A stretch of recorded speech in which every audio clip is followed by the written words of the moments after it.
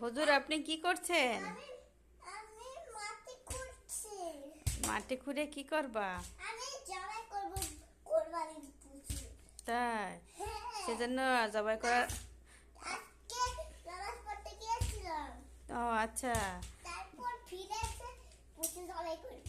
পশু জবাই করবে? তা পশু জবাইয়ের আগে কি কি করছো?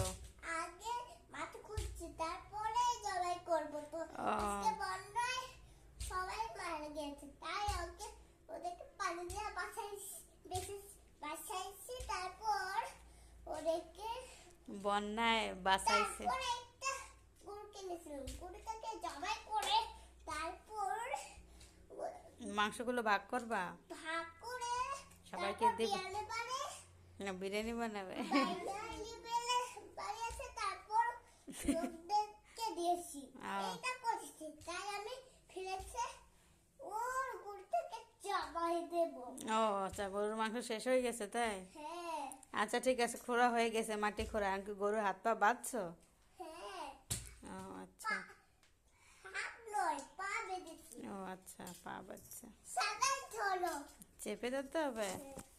হুম, তোমরা ধরো, তুমি। হাত দেন। ধরছি ধরছি। হুম, বিসমিল্লাহ। বিসমিল্লাহ। তারপর কি বলতে হয়? আলু গাছ। আমার দাদা যেমন বলে আমিও তেমন বলি। আচ্ছা বলো। নিচে কয়েকটা ঘটনা এক করে ফেলছে বুঝছো, আর বাবা বন্যায় গেছিল, সেইটাও করছে।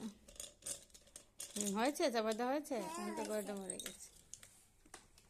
এবার চাষ খুলে দিয়ে এবার নড়াচড়া করতে পারবে না, এত বড় ভারী যে নড়াচড়া করতে পারবে